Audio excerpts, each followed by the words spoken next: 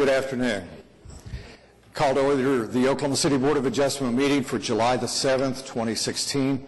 First order of business is to receive the minutes of the June 2nd, 2016 meeting. So moved. A motion and a second. Register your vote. The minutes are received. Next order of business is continuance or withdrawal requests from staff. No continuances. No withdrawals? Okay. Any requests from the public for a withdrawal or a continuance? Hearing none, John, we'll proceed to the first case. Item number one, case number 14223, request of SSM Healthcare of Oklahoma, Inc.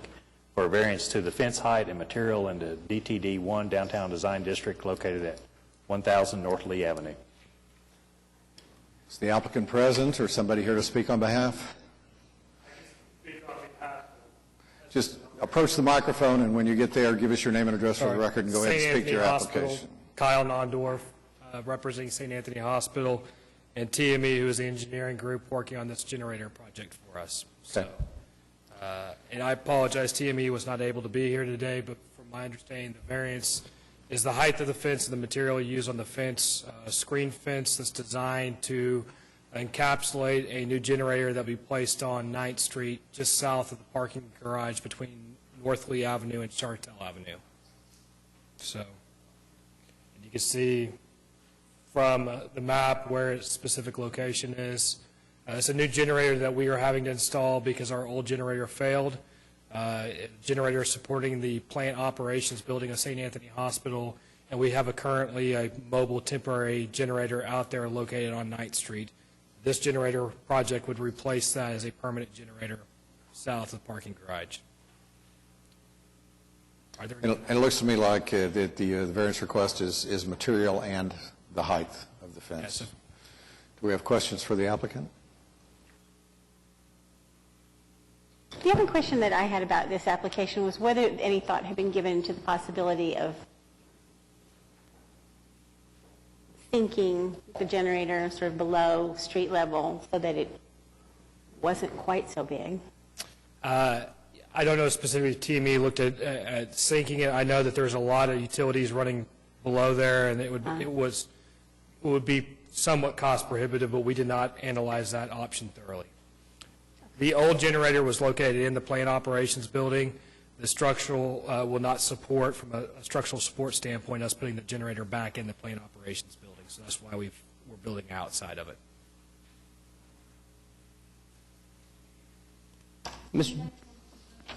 No, is there anyone here to speak in opposition to this application?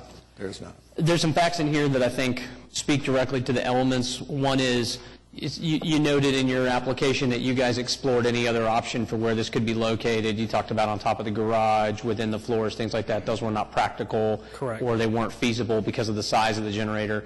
You also mentioned that there's some governmental requirements from the EPA that have increased the size of these units, which is precisely the reason this unit is larger than the old unit. Correct. Is that correct? That is correct from my understanding. I think that kind of helps solidify what makes it unique. And if there's no one here to speak against it, I'll move for approval. I second. I have a motion and a second to approve the application. Register your vote. You are approved. Thank you very much. Item number two, case number 14224, request of Thomas Crabtree for a variance to allow 4 properties without frontage to a public or private road in the AA Agricultural District located at 12,801 West Britton Road. If you would, give us your name and address for the record, and then tell us about your application. Mark Grubbs, Grubbs Consulting, 1819 South Morgan Road, on behalf of the applicant. As you can see, this property is located at the northeast corner of Britton Road and Cemetery Road. The existing subject property has a house in the middle of it. There is a easement restriction on the property to allow access to the properties to the east and north on this, over and across this property. The applicant is proposing to split this property into 6 different tracts. One tract which will encompass the existing house. There's an existing gravel road that's been on this property for years that's in good condition. Here's an access point to the property to the east. Here's an access point to the property to the north. All subject tracts will be over 5 acres. What we're asking is that we're asking for a variance to lots 2, 3, 4, and 5, that they not be required access frontage to a public or private street. Again,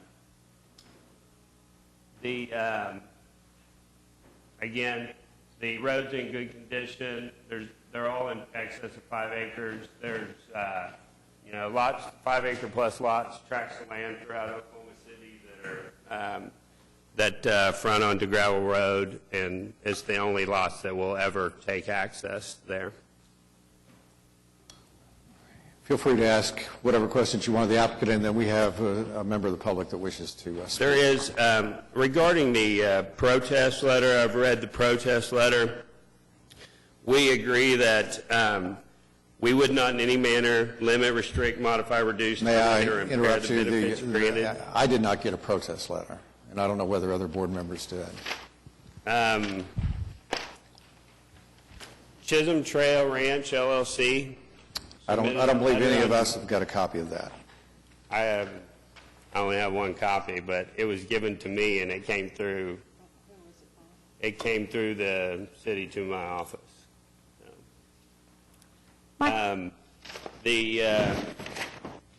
In summary, and I think that it was submitted by Ed Abel, who is here to speak. In summary, this letter states that I mentioned there's an existing cross-access easement and water rights easement on this parcel, the whole tract. And this letter allows access through that property to the east property, to the north property, and over and across this property, over the existing gravel road. So it's like an existing cross-access easement over the gravel road, and also water rights to the pond. And there's an existing water barn.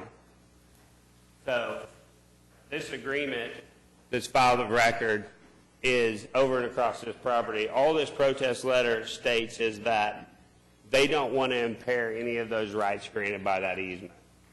What we're asking for today would not impair. We're not restricting access over and across this. We're submitting lot splits for the 5+ acre tracts, and when they want to come in and get a building permit, they won't have frontage onto a public or private street. So we're asking that requirement be a variance to that requirement, so they'll be able to get building permits on those 4 lots. One of the lots already has an existing house on it, but if anything were to ever happen to that house, then it would need that frontage requirement. So and then the lots 5 and 6, they already front Cemetery and Britton Road, so they wouldn't require that variance. All right, any questions for Mr. Grubb before we invite Mr. Abel? What about the easement requirements? Were you going to have an easement filed? The cross-access easement, we would prepare a cross-access easement upon the approval of this variance. But the existing easement that already covers the property would stay in place. And is it filed of record? Yes, it is. JJ, refresher course, how does that work? So he's saying that he's going to file an easement in the event that this application is approved, but there's nothing that we can do to condition this variance on that easement being in existence, is there? Can we do that? You condition your approval on the recording of the easement and supplying it back to staff for the file. All right. JJ, explain to me what the distinction is between fronting on a public or private road and having access to a public or private road. Is there some purpose between that distinction as it's drawn in the language? Well, the ordinance requires that every lot front onto an approved either public or private street. Now, they have access to the public or private street through this easement. These 3 lots, well, 4 lots, won't front. I mean, so the question I guess I'm asking you is why do we say front as opposed to access?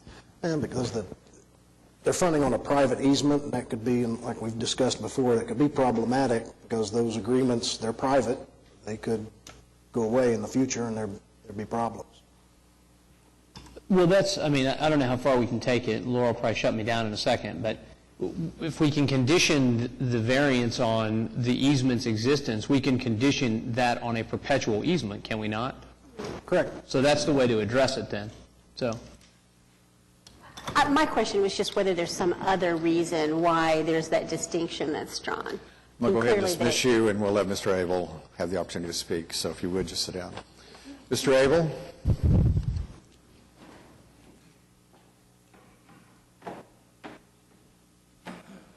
Welcome. Give us your name and address for the record. And Thank you. My name is Ed Abel, and I'm one of the owners of the Chisholm Trail Ranch, which is what we're talking about. When I was initially contacted about this matter, I was told that that these folks want to put in a new driveway, or they want to redo the driveway that is on the property now, and they want to make it out of concrete. Now, I don't know whether that's still their plan or not, but one of the things is this is a cattle ranch, and we've got to be able to move equipment around and cattle around and those kinds of things. And that's the reason we have some of the easements out there, like access to water and things of that nature. I don't have any problem with the plan if they want to come in and concrete the roads, as long as they give us a drop-off there where we can move our tractor and our trucks and our things down one road and down another. I don't have any problem if they will agree to do that. Now, they have mentioned here that they're going to have 4 lots. Actually, they're going to have 5 additional lots in addition to the house that is already there. I lived on this property and built that house, and I lived on it for 23 years, so I'm very familiar with the property.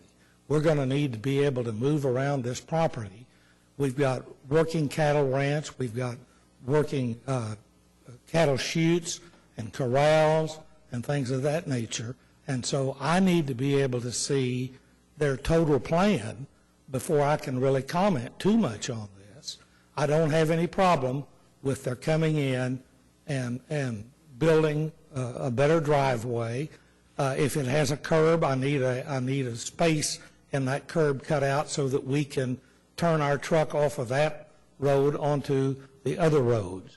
Under the agreement that we have that's already in place, they are supposed to maintain the roads that lead into the property and around. There's a dam where it goes around a lake. They're supposed to maintain that. Now, the other roads, if they don't maintain, we'll maintain those. But I don't want to be cut off from the ability to work our cattle ranch out there and move our equipment around and move our cattle from pasture to pasture and things of that nature. So that's why we're here, and that's why we have filed what we filed. thank you very much for your comments. Thank you. Okay?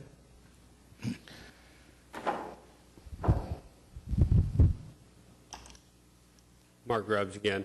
I agree. We show 6 lots. 1 contains the existing structure. Only 4 of those will need the variance, and that's why we said in there 4, because lots 1 and 6, as shown on your screen now, abut public streets. So a variance wouldn't be required to those. And there again, any improvements to that street, whether they be asphalt, concrete, if there were a curb in place, they would leave openings so they could still maneuver. We would still meet all the terms of the existing agreement.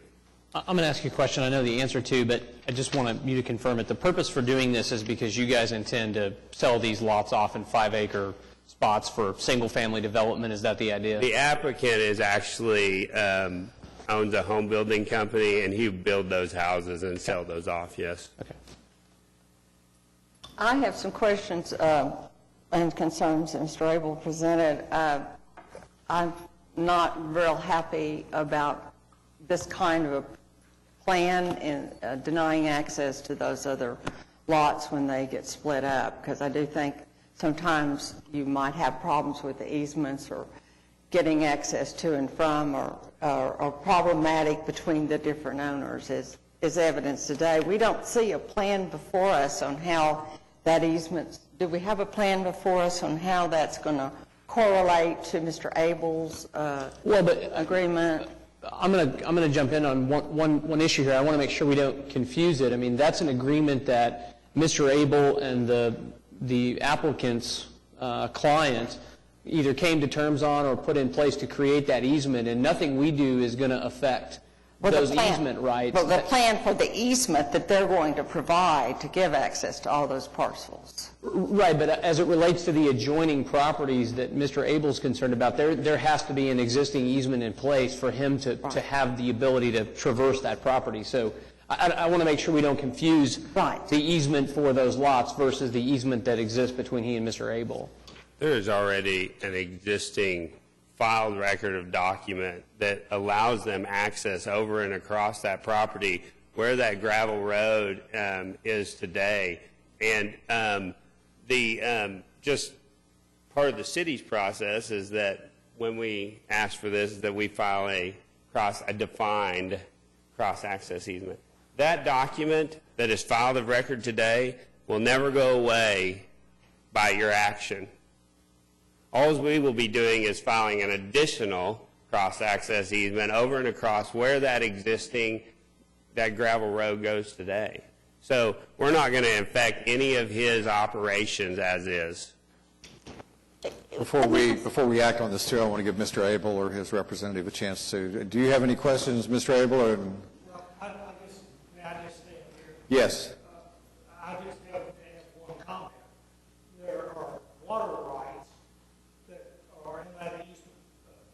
Now, I don't know what their plans are and their designs are on some of these lots, but we've got cattle out there that need to be able to get to the water. We've got certain pastures that there's only one pond that feeds that whole thing, and I need to be able to see what their plans are and how they're going to allow us to be able to have our cattle be able to get to the water, for example. And I don't have those things. All right, let's let Mr. Grubb respond to that. Could I ask before Sure. he does, just ask staff, are we comfortable with the sequence of things that need to happen here in terms of the lot splits and the cross-access agreement and so on, that we're doing things in the proper order here? That, for instance, we don't at this point, I guess, know whether he's going to be able to split these lots or not. Well, you need the variance in order to not have frontage to the approved street, and then they will, to get a building permit, they will have to show that there is cross-access agreements between the parties to access each lot. And with that 5 acres, he won't have to get a lot split. Is that correct? No, they won't need lot split. Okay, all right. Because they're 5 acres. Okay, all right. It's just at the building permit stage, they would see that we didn't have that access. Here's the alternative. You come in as the engineer, you go through the other method. You come in, you design a private street to public standards. You build that, which is a lot of cost for 4 lots. You build that, you come in, you file it of record. All that has to go through is the engineering department. Never becomes before any board or anything, and there's access over it. We've already had those splits. Now they have access. So the only reason for the variance is because, so you don't go through and build a public street on this, and you come in and you either use the existing good condition gravel road, or he puts some asphalt on it to make it a little bit better, or something of that nature. So you're not really changing the outcome. Have you met with Mr. Abel? I called him today and told him, and he's met with my client. I wasn't involved in that meeting, but told him we're not going to change any of the existing routing around the existing property. You have 5-acre tracts. The only thing that would happen within those 5-acre tracts is you're going to plant individual houses in those 5-acre tracts. And he has indicated to me that he has no problem with that. Is there an overall plan? The overall plan is follow that existing path of circulation that's in there and use those lots that we have shown on that map to obtain the lot splits.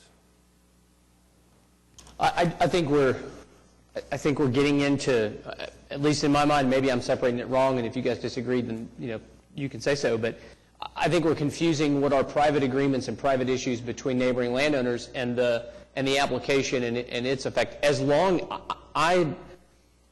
I'm supportive of the application, so long as that the easement that grants them access is perpetual in nature as a condition, and if that condition is agreeable to the applicant, then... Yeah, I would prefer if Mr. Abel were able to satisfy whatever questions he has about the preservation of his current rights before we take action on this, but I'm not confused about what is what.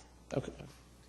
Can I ask a If I might say, I don't have any problem with their changing the road, what makes up the road, whether it's gravel or concrete or blacktop or anything like that. But depending on what else that they plan to do, I don't know what all that is. I don't know how these lots are going to be fixed or anything like that. I don't know how my cattle are going to get to the water, that kind of thing. And I don't know, depending on what kind of road they put in, are we going to be able to get to several, we need to travel on that road, and there are several other roads that we have that will lead off of that to lead to a corral, to a barn, to another barn, those kinds of things. And I need to be able to, before they proceed to do all that, I need to be able to see those plans.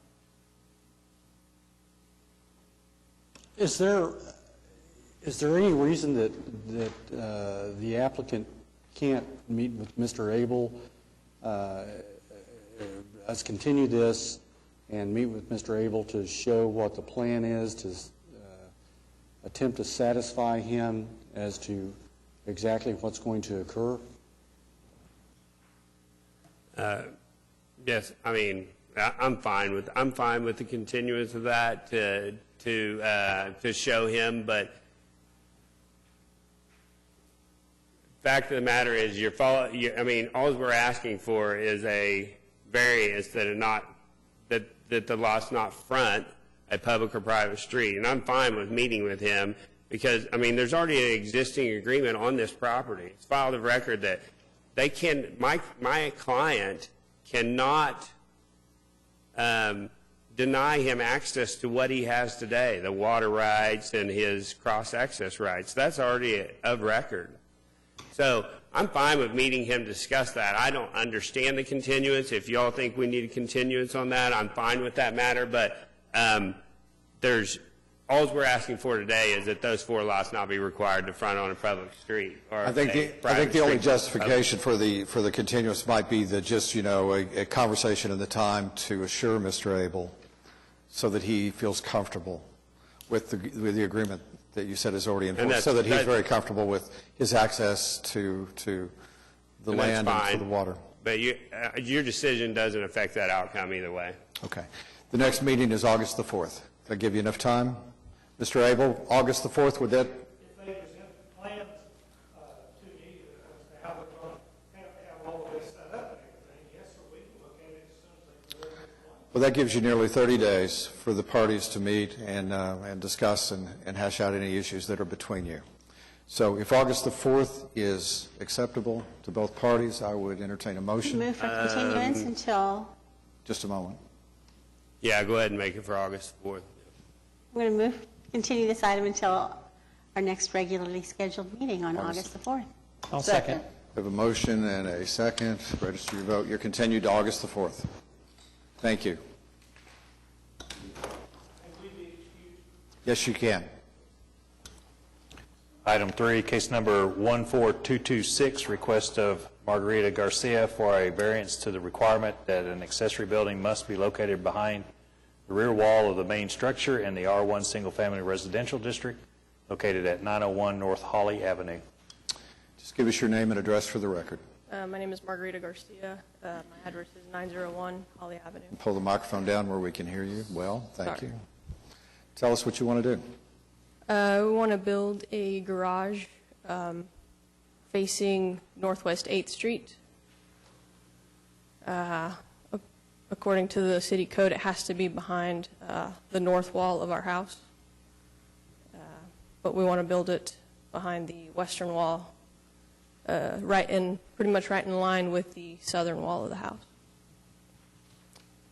It's a detached building. You can't build it attached.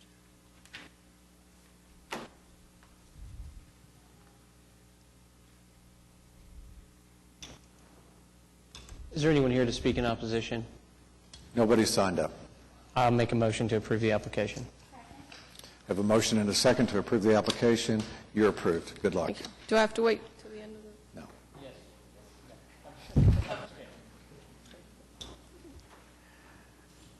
Item 4, case number 14227, request of Ruben Contreras for a variance to the maximum 1,250 square feet allowed for an accessory building in the R1 Single Family Residential District located at 2709 Bates Avenue. Welcome. Just give us your name and address for the record and then speak to your application. Okay, I'm Ruben Contreras. We built something next to our shop, and we wasn't allowed to do it. We get over the limit, I believe, and we just want to get a permit to go through with it. Is there something specific that you need the amount over and above the 1,250 that's allowed by code? You've got 1,000 now. You're asking for 1,600. Yeah. Is there some reason why 1,250 won't satisfy? Yeah, we just need some extra storage. We use that other one as a shop to do little things there, and we just need some storage. That's it. Just about that. Now, when did you actually add that first accessory building that you're wanting to expand to? Is that just a couple years ago? No, that was a couple months ago. And how large is your house? It's... The house? Uh-huh. It's around 800 foot. So you're needing, I don't understand what the hardship is and why you're needing the extra 600 feet. I don't know why you couldn't just expand it to the 1,250. You didn't state your statutory standards as to why you needed that much space. And I'm concerned about whether or not a variance should be granted on this one. Yeah, well, I don't live there. We use that as a shop and a little storage.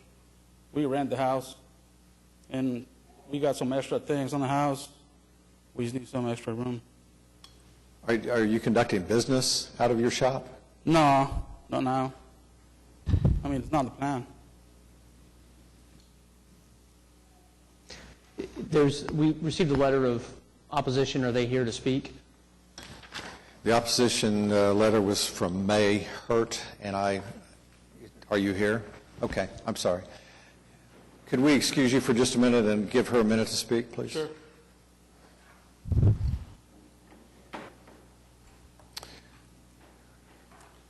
You heard the rules. Just give us your name and address for the record. My name is Rick Guzman. I'm representing May Hurt. Can you hear me? Address is 2724 South Bates. It's my mother-in-law. I think our problem is that they add this to it.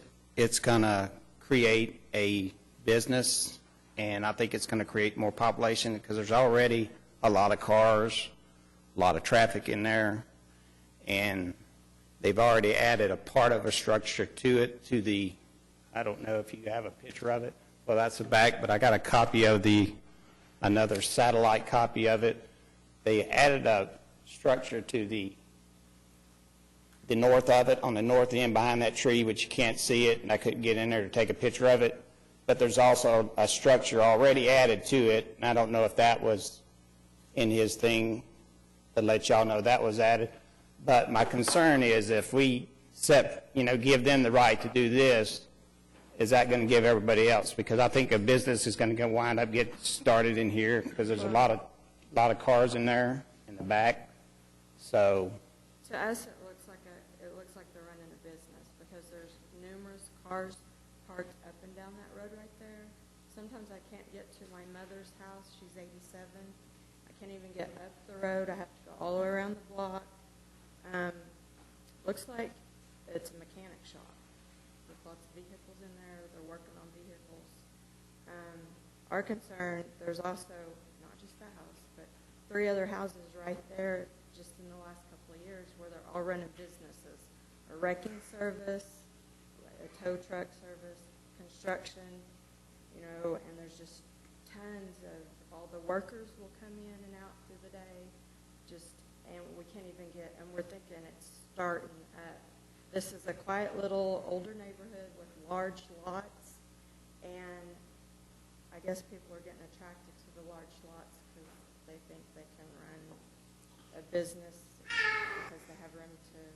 Have the space to do it. My mom, the house next door, they've already pulled up the no parking signs out the Oklahoma City no parking signs out of the street so they can have room to park their wrecking service tow trucks. So we're just concerned that this is like going to be a chain reaction. It sounds like a legitimate concern to me. I mean, I think it's, and also too, that she's, parties at this particular building. that she's 87, and being that I got a business on the left side of her and the right side of her, that brings down her property value where I'm going to have to wind up selling that house in order for her to go in a nursing home or something like that. So that's my concern. It's not that, you know, Who's going to want to buy a house? who's going to want to buy a house with all that next to it?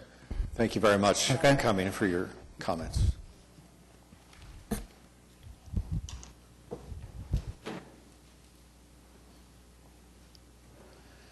You heard their concerns. And you're proposing to build an outbuilding that's twice the size of the house. Yeah, well, we got a permit on the shop. The extra thing is that we're working on. We do some mechanic stuff. Yeah, I'm fixing my truck right there right now. I mean, it's a shop. We use it for a bunch of different things. And the extra is next to it, the one you can't see there. It's smaller, and it's about the size. You're allowed 1,250 feet. Yeah. Which would be a compromise from, you know, what you requested and a little more than what you've got. I really, you know, feel uncomfortable voting to allow 1,600 square foot. I mean, you know, we take into consideration the neighborhood and the neighbors and all of you. And Well, those limitations on accessory buildings are there for a reason, too. There's a legitimate need for accessory buildings in some instances for residential uses and supportive residential uses, but there's a line there that I think the city's very cognizant of not crossing, and that's to prevent commercial operation in a residential area. So, and it's pretty clear to me that the statutory requirements for a variance here have not been met. So I'm going to have to make a motion that we deny your application. Second. we have a motion and a second to deny the application. You're So denied. disapproved. You're disapproved, yes. Okay. Item number 5, case number 14228, request of ProStone LLC for a variance to the 8-foot maximum height in the PUD 1561 district, located at 13,101 Memorial Springs Court. Brian Kuhn with Hewitt Zollers, representing the applicant. This is a new facility. It's under construction. The steel is up now. It's immediately north of the Legends softball complex, immediately east of a new medical building and east of the church. Again, it's an inpatient, outpatient psychiatric facility. The people that own this and are building it run several of these around the country and have found that an 8-foot fence looks like a fence that you can climb pretty easily, and they've had a lot of people get hurt. So they are requesting a 10-foot fence. It's wrought iron fence around the common areas that are at the back of the facility. In this request, also part of the PUD requirements, so we completely screen the generator and the dumpster, so we're asking for variance on the fence height there also. The generator and the dumpster are on the west side of the building, backing up to the creek. They are going to be made out of brick. The fence that we're, and there's a picture of it there, the fence that we're requesting around the common area is going to be a wrought iron type fence. Keeps people from trying to climb it. So with that, I'd be glad to answer any questions. Yes. Yes, that's a picture of one of their existing facilities. And he said it's just amazing how that 2-foot makes a big difference to someone. You can grab the top of an 8-foot fence fairly easily, but 10, just, they won't try it. Yeah, this is a facility that has been subjected to multiple layers of review and scrutiny. Yes, ma'am. And I think we're pretty committed to this path on this piece of property. So is there anybody here who wants to be heard? Nobody signed up. Anybody here to speak on this case? I think that the use that's being made of the property justifies the variance, so I'm going to move for approval. Thank you. Second. Motion and a second. Register your votes. You are approved. Thank you. You're welcome. Item number 6, case number 14229, request of Hill Quail Springs Baptist Church for a variance to the maximum height, square footage, and number of signs in the R1 Single Family Residential District located at 14401 North May Avenue. Welcome. If you would just give us your name and address for the record and speak to your application. Yes, I'm Michael Stevens. I serve at Quail Springs Baptist Church as business administrator. Okay. Our application relates to, we actually acquired this property that's immediately adjacent to our main church campus of approximately 30 acres. This property acquisition, the property that we're speaking to, is 20 acres, previously owned by Quail Springs Church of Christ.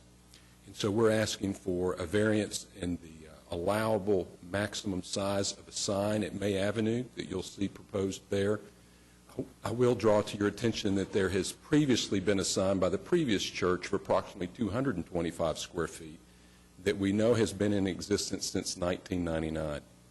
So we would simply be seeking to reuse that location, possibly reuse that pole base for a slightly smaller sign of 200 square feet at the May Avenue. That sign would be internally illuminated. That would be the only internally illuminated sign. The other signs that are proposed are directional signs and identification signs, non-illuminated, that would be interior to the campus, adjacent and next to the building.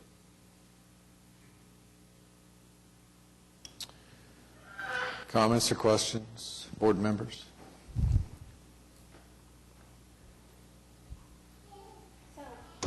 I'm so sorry. Normally on these kind of things, we have a little bit more specific information. You're talking about all but one of the signs are just interior directional signs, parking lot here, rectory there, kind Yes, of? ma'am. Okay. Yes, ma'am. And those will be size-wise, I'm sorry, no more than...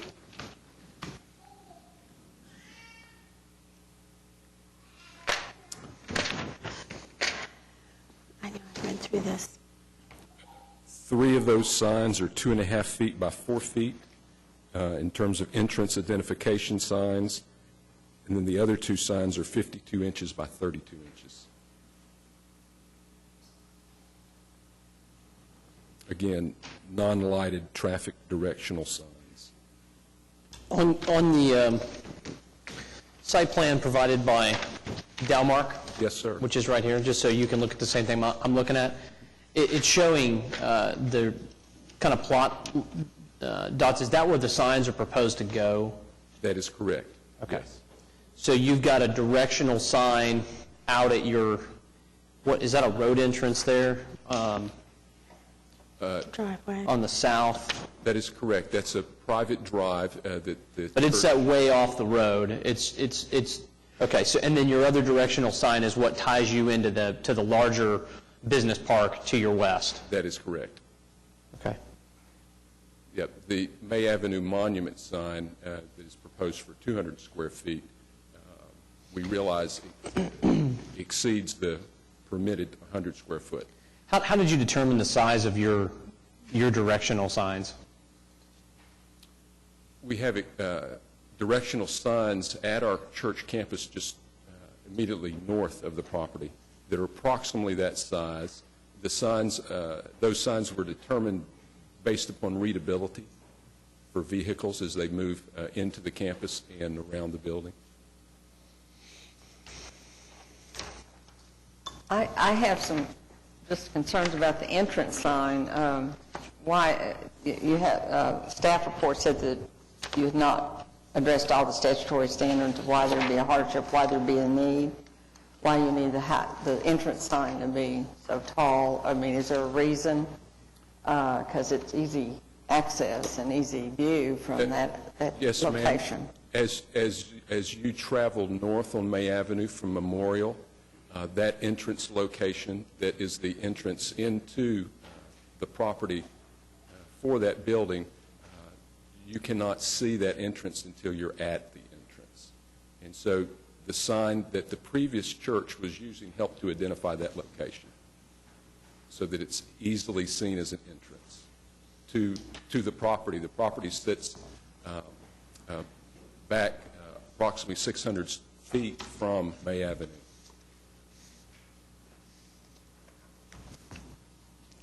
And are you talking about a monument sign, a ground sign? I thought I heard you say something about poles. It's a monument sign from the ground up that would be internally illuminated. But not an EMD? No, ma'am.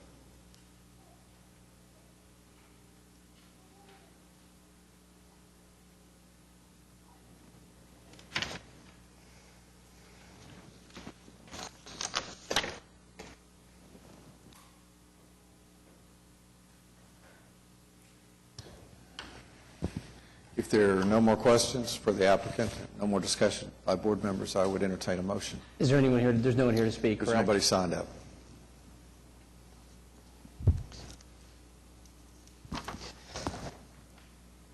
The existing sign out front, you said it was 225. You're going back at 200. You said it was built when?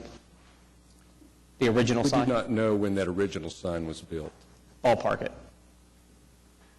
80s. Okay. As we purchased the property at the end of May, we've taken down that sign. And you're just wanting to put the sign back, essentially? Yes, sir. Yeah. We have these issues come up. I know there's some resistance to them. The reason I asked him about the points on the map that we were provided from Dalmark is because they show most of these signs are interior property signs. They're wayfindings. These are community events and centers, and so there's obviously a need for them or you wouldn't be here. I don't have a problem, given the age of the existing sign, that you be allowed to reuse that. And the other signs seem to be in line with your intended purpose and, frankly, I think are appropriate given the zoning and the fact that you have a campus-like environment. So I'll move approval. Second. We have a motion and a second to approve the application. Register your vote. You are approved. Congratulations. Thank you. Item number 7, case number 14230, request of Russell McLaughlin for a variance to the requirement that an accessory building must be located behind the rear wall of the main structure in the RA single-family 1-acre rural residential district located at 13624 Southeast 47th Street. Just give us your name and address, please, for the record. Russell McLaughlin, 13624 Southeast 47th Street. Tell us what you want to do. So I'm requesting a variance to allow the building to be built next to my house instead of behind the dwelling. It's a garage. The basic problem I have is that the design of that property I have is on a cul-de-sac, and so the house itself had to be built pretty far back into the property as to start with. So to build a garage next to it, or behind it rather, there's just not enough property back there. Construction-wise, I have a professional builder who's building it. It's going to be all brick with stone all the way around. Same, it's going to match the house. He's the builder who built the house. So my wife has insisted that it match the house. Thirdly, I do have a letter from my neighbors who have no problem with it. That's your neighbor directly to the west, correct? Correct, right on the, that's correct, sir, on the side that the garage would be built. Also, there is wood line between our house and the neighbor's house. It's 1.3 acres. There's just enough room to have some wood line. That does kind of help a little bit. The homeowners association did approve the variance. They do not have a problem with it. And I just wanted to make sure that this garage is functional, but also it adds value to the house and to the neighborhood, so it's going to be very well built. Is anyone here to speak in opposition to the application? There's no one signed up. Anybody here to speak on this matter? None. You know it can only be 1,250 feet, right? I'm sorry? You know it can only be 1,250 square feet, I'm guessing, right? It's not 1,200 square feet. Outstanding. He's just making sure you were paying attention earlier, that's all. Yes, sir. That's the maximum allowed. Yeah. Yes, sir. Do you know what the square footage is? It's 26 by 40, so you're going to make me do public math. I probably couldn't do that. But I don't know, your building permit will be reviewed, so If there's no one here in opposition, I'll make a motion for approval. Got a motion and a second to approve the application. You're approved. Good luck. Thank you. You're welcome. Item number 8, case number 14231, request of Jared Smith for a variance to the dumpster location, side yard, building setback, exterior metal building restriction, and residential landscaping buffer requirement in the C3 Community Commercial District located at 3621 Northwestern Avenue. Name and address, please. And Jared Smith and 3621 Northwestern Avenue. go ahead. And yeah, it's a variance for 4 different things here. There is an existing dumpster made of cinder block that is in the back corner of our lot there. And so, yeah, taking care of that, that it's okay with the setback. The 15-foot setback from the park that's next to us. The landscaping buffer, because our lot is 100% concrete, and so we're trying to figure out a spot to do that landscaping. And then the metal finish for our containers. We're going to be placing 2 20-foot containers on the south end of our building for the addition of our business. So. Just out of curiosity, what's the business? That It's a barber shop and retail space. So it's going to continue the current use? Yes, sir. Okay. Yes. This is kind of a problematic application, I think. And honestly, I do not feel like it is an appropriate subject for variance as a way to deal with the issues. I think this is probably a piece of property that needs to be put into an SPUD. These variances are really, designed to address design details. The things that are being addressed here are really things that need to be addressed through the process of SPUD, in my view. This piece of property is a somewhat problematic piece of property. It's very small, but it is, sort of heavily zoned, if you will. It has very, very limited parking and so on. I don't necessarily have a problem with what it is that they're trying to achieve, but I don't think this is the right way to go about it.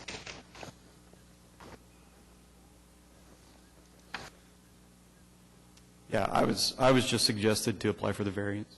I don't doubt that. Well, so if you weren't, you guys wanted to build this dumpster enclosure, right? And there's one that's existing there now, is that correct? We don't need the dumpster enclosure. The dumpster enclosure was built in the 60s with the building, and it's for small can use. It's really obsolete for any type of modern application. Well, I guess what I'm trying to be sensitive to Janice's comments, because there's times I agree. What I'm trying to get to is what gave rise to you guys needing to come before us to get this? You guys went to get a permit, and it was to relocate the dumpster enclosure. Is that correct? We were trying to get a building permit for the 2 containers. The storage containers. Yes. And at that time, the dumpster enclosures were brought up, and those have been in place for so many years.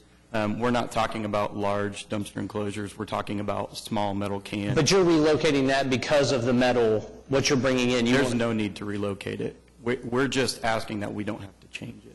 Okay. So then you brought in, so you're wanting to bring in these 2 metal storage containers, and then that gave rise to you having to meet these other requirements, the things like the 25-foot setback and things like that. That's right. Yeah, the setback was originally plotted at a 5-foot setback.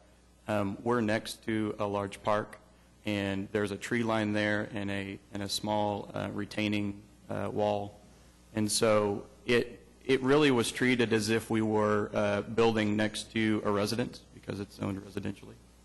And we are not. We're building or we're adding these structures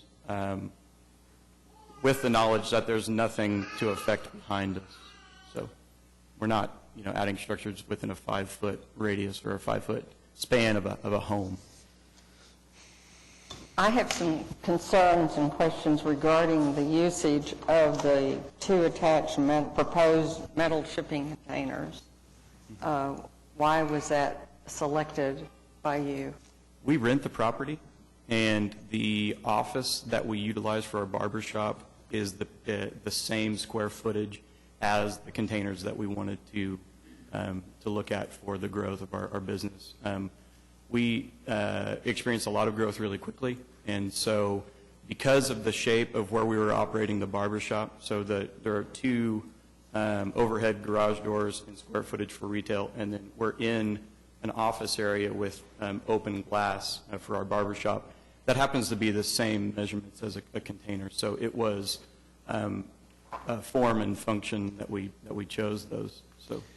Well, I think... I'm sorry. No, I think I understand now, and I'm not trying to speak for you, Janice. I'm just trying to understand your line of thinking from the planning side. The fact that you're relocating your office into these storage containers so you have more retail space. No, we are adding 3 more barber chairs. We would have a total of 6 barber chairs. We have 3. Right, but that's retail space to serve customers and things like that, right? Yeah, it's a service, yeah. I think that's the concern. I misunderstood the application at the outset, but when you're adding space to a defined area and you start changing the use in a permanent way, it's going to allow more traffic, more people, more things, and the site already presents some specific concerns. And again, Janice can correct me, but her concern, I think, and what I'm reading into it, is that when you make those alterations, they're permanent. So while you may want to use them as an office and it may be great, the next guy who comes in and opens a restaurant now has a lot more room and we've got less parking, and those things could have been dealt with in a more appropriate way than coming here and getting a variance, as opposed to going through that zoning process and ensuring that legislatively council and folks have a chance to look at that and determine whether that's appropriate for the area and things like that. So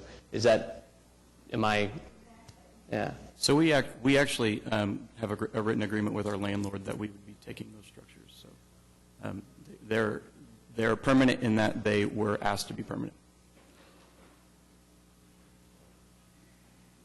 Could I ask, JJ, can you describe how the metal shipping containers, this is not permitted, correct? We're asking for a variance to allow those as the addition, is that correct?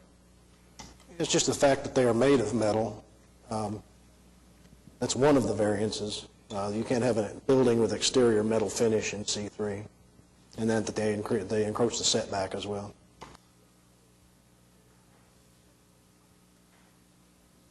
Yeah, the main goal is not to is to be able to put in place the structures. If we need to cover a metal surface, we can do that. The main goal here is the structures. I feel like the variances cover things that are basically things that should be addressed by an SPUD. They're asking for relief from the landscape buffer. They're asking for relief from the setbacks. Is that right? It just seems to me like this is not the appropriate way to deal with this particular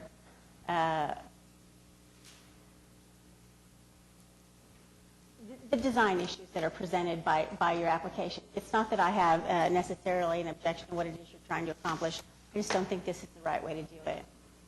Can you suggest what that way would be then? Because the suggestion was that I think you need to file an SPUD. You need to rezone the property.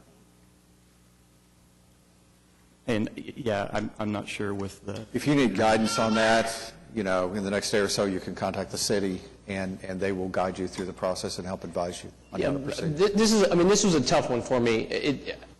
It's hard for me not to understand why you're here and why you're trying to do, but the issue that we take is that we're going to create something that's permanent. And as you said, you could leave and take those storage containers with you, but we've created a permanent variance to the property that people after you can use. So I'm going to make a motion to deny the application, and I almost hate to put it this way, but I'm sorry that you were sort of misguided there. I think it would be wise for you to consult back with staff and figure out what the right course of action would be, but I'm going to have to make a motion to deny the application. We might want to continue it 30 days. Okay. Being a tenant, he may not be able to rezone the property, but we'll visit with him in between that 30 days. Yeah, those are the things that got me here. We'll withdraw it at the next meeting. I'm certainly not opposed to a continuance. So is anybody else? Let me just tell you, our next meeting is August the 4th. That's a little over, or a little less than 30 days.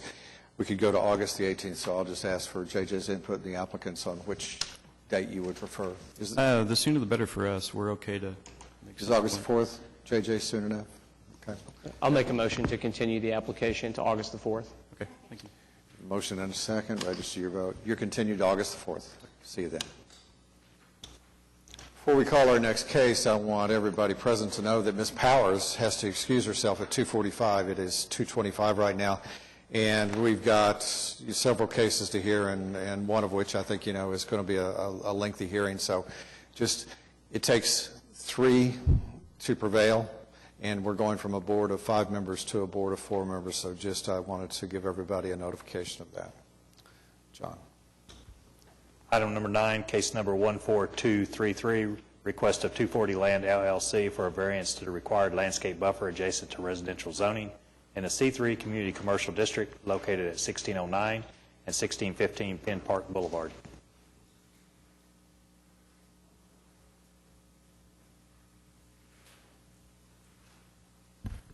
Good afternoon. Tim Johnson with Johnson & Associates, here on behalf of the applicant, Mr. Paul Odom, who is also here with me today.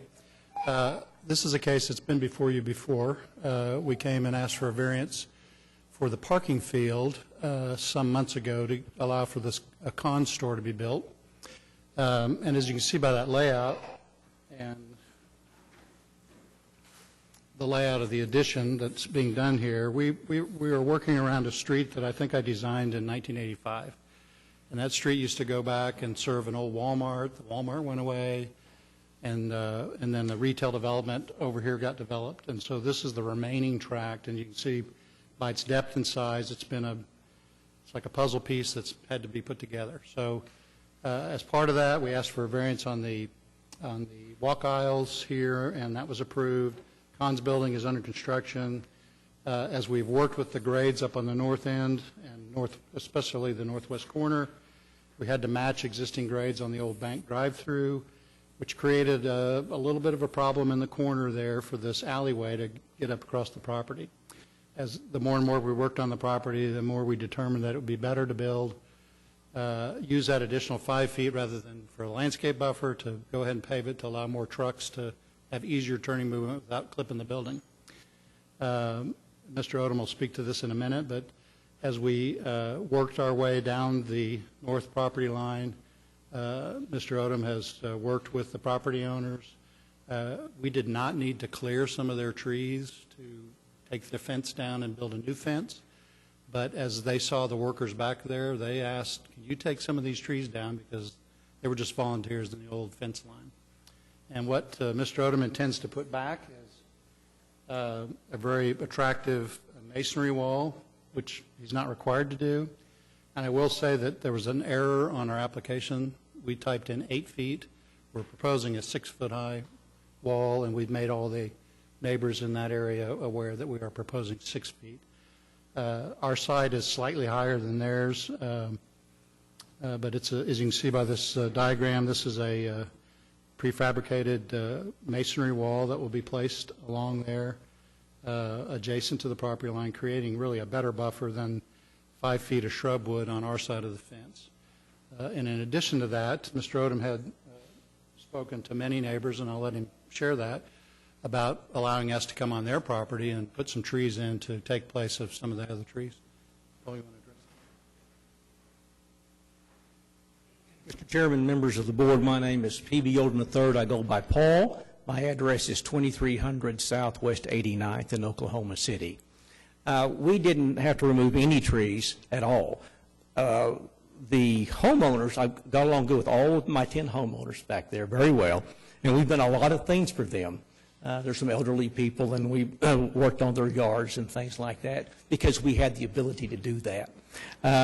When we started the construction, the first neighbor came out and said, these trees are in our way, they're arborvitaes, they get bagworms, they're growing up into the high lines. I don't know if you can you see the pictures up there? They're growing up into the high lines there, and would you take a couple trees down? I said, sure, and we did that. we started getting calls from the other homeowners because we worked well with them. They said, we'd like you to take those same kind of arborvitae trees out. And we did that as well. And then I decided, well, I need, and I'm going to put a very expensive brick wall. Have you a picture of that? Do you have a picture of that on the board to show folks? Oh, okay. Very, very nice looking. It cost $100 a lineal foot versus a wood fence of about $10 or $12 a foot. So I thought, since they wanted me to take the trees down, I wanted to do something for them. And so we notified all of them, say, let's put some shrubs there. We happen to have a tree farm, Rosebrook Nursery, and so we have access to lots of trees. As a matter of fact, our landscaping in our shopping center will far, far exceed the requirements because we do have that ability. And so we got requests from several of the homeowners. So some of the homeowners did not want anything. They were going to put gardens there, but some of them wanted. So I've got purple only crepe myrtles going into some yards, and I have red only crepe myrtles going into some yards. So we're meeting the needs of the folks. And it's going to be on their side of the fence I'm putting up. So they'll get the opportunity to enjoy it and see it versus on the alley side where nobody sees it. And I said in the shopping center itself, it will have a tremendous amount of landscaping because, again, we have the farm. Board members, questions for the applicant? Is there anyone here to speak in opposition? Nobody has signed up. Anybody here to speak on this matter? No one. No.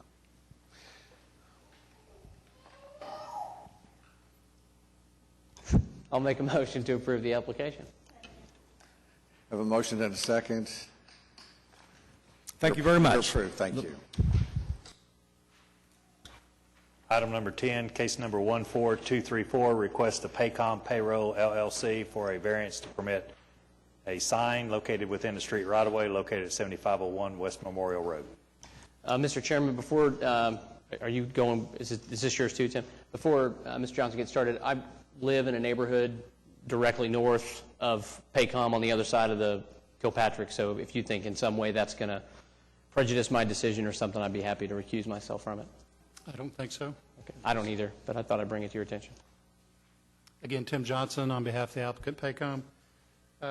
This is as the Paycom campus has grown, this is looking north, the Turnpike frontage road. There's an existing sign that is in our southeast corner.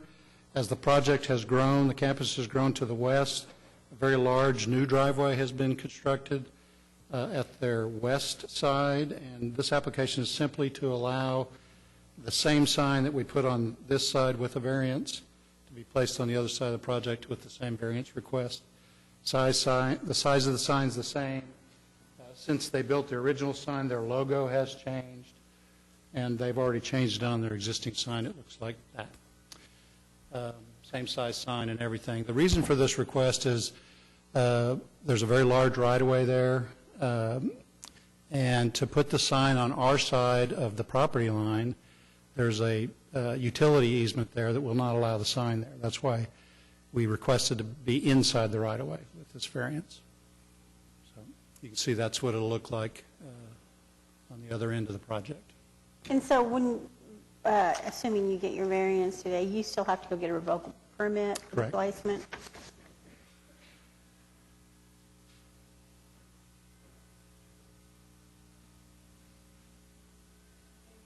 Signed up to be heard on this? Nobody has signed up. Is there anybody here that wishes to speak on this matter? No. I don't normally like approving something that requires us to do the revocable permit, but since we've already done the other one and forward down the street, I have no objection. I'll make a motion to approve the application. Have a motion and a second to approve the application. You are approved. Thank you so much. At this time, the chairman is going to exercise his prerogative to call a break for about 10 minutes. We will reconvene at 2:45. It'll give you a chance to stretch your legs. And so we will reconvene at 2:45.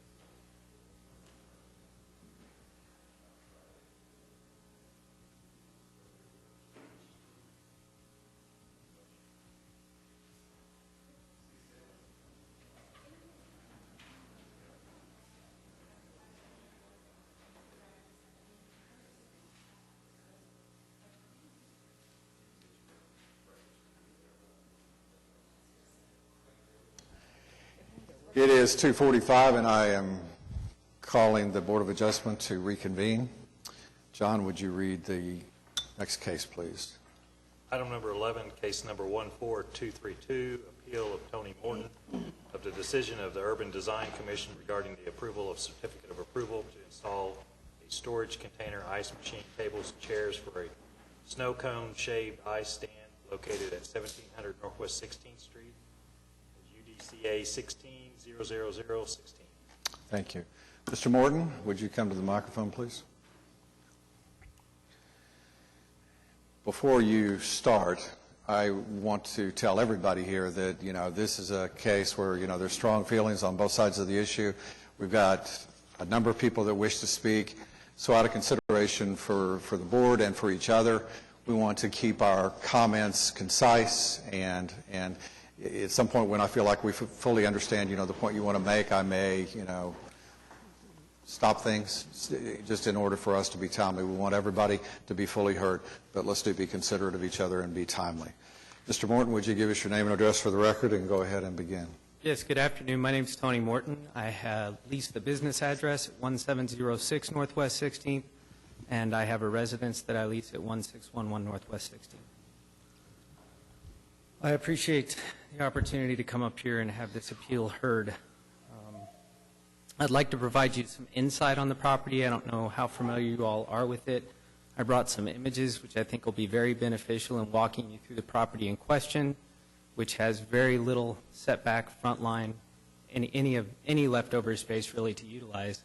So here you see the property from the corner of Blackwelder and 16th. Just kind of scroll along.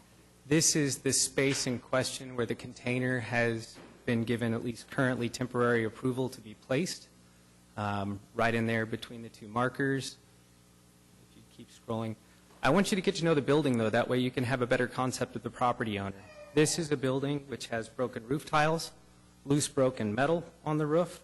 8 of 11 windows are broken and caged.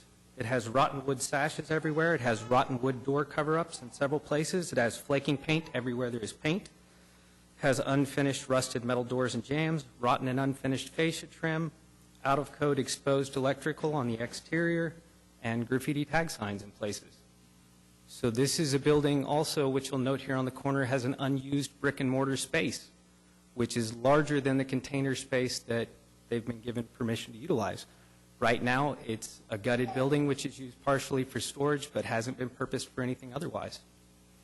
And just kind of scroll along those photos. I'll continue on. There's plenty of them to express the point.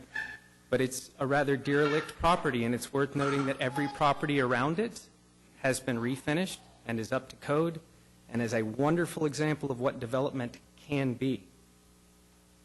So the regulations and the guidelines for urban design are supposed to enhance or improve, and I think it's worth noting that that corner, that chunk of concrete, which was publicly funded for communal activity and more walkability, is the only pristine place on the property.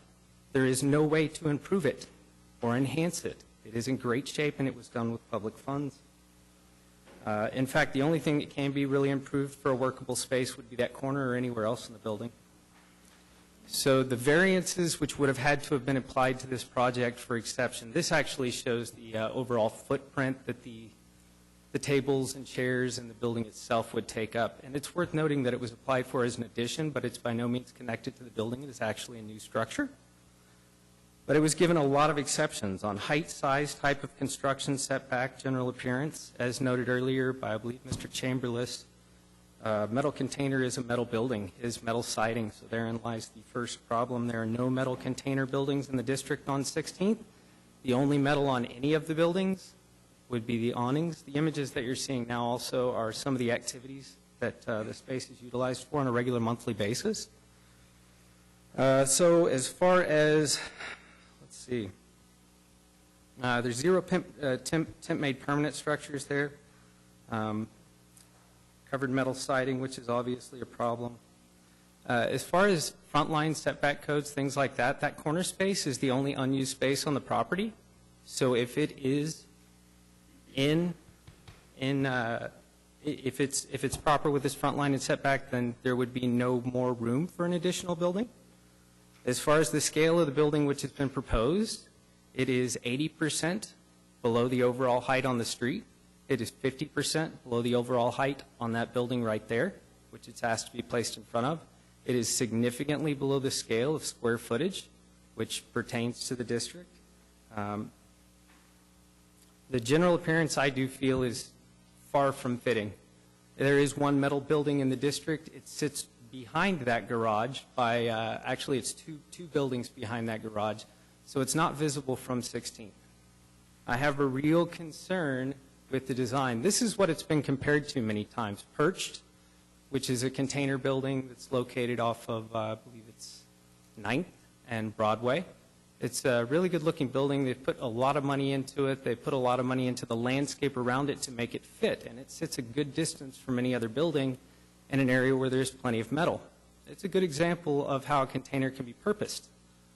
It's also been compared to the facility called Anchor Down. That's Anchor Down.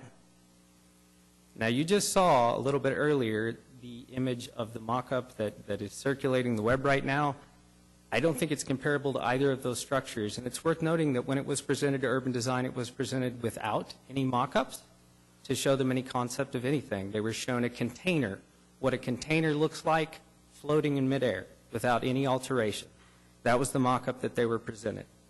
It's also worth noting that that committee was at half capacity with its most senior members gone, and it's the senior members that were there had to recuse themselves because of involvement in the case. So I think, in a lot of ways, this was a perfect storm. I think this was passed because it was presented both in paper and in that meeting on concept, without enough consideration of the design or architecture, which at least I thought was why we were at that meeting. And I know there's a great deal of opposition to this project for various reasons. Mine has to do with design, with perception of the area, and with the precedent that it sets. I think it's worth noting that for 15 years, this area saw virtually no improvement. A couple of buildings over a period of 15 years. In the last 2 years, we've seen more than 20 commercial spaces redone, brought up to code. We've seen new buildings approved. We've seen fantastic development that I know you all down here would be proud of. I know the folks at Urban Design would be proud of. And I don't see this as a good example of exception. It's also worth noting that there is no handicap accessible bathroom for this proposed restaurant facility.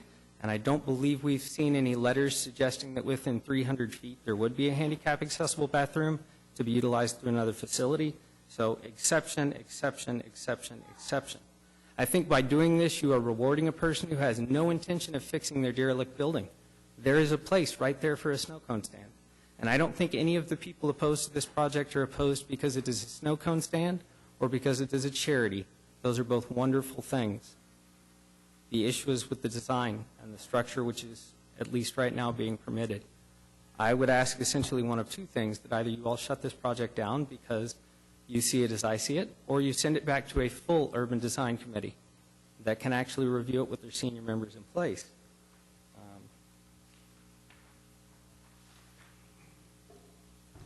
I'm going to go ahead and leave it right there because I could ramble on for days, but I believe this project's Thank you. And you'll have the opportunity to contribute again. Absolutely. I appreciate it. Thank you, sir. Mr. Box. Mr. Chairman, members of the board, David Box, 522 Colcord Drive. Today I have the opportunity to present on behalf of the applicants for this case at the UDC, Ms. Rania O'Connor and her husband, Whitley O'Connor. I'm going to allow Rania to come up and explain the mission and why they view this site as a positive, not only for the Plaza District, but also the surrounding neighborhoods. A lot was made of the building owner. I want to make sure that the board is clear that my client does not own the building. My client is simply leasing the space in which the storage container use would go. They have no involvement in the building. So with that, I'll have Ms. O'Connor come up.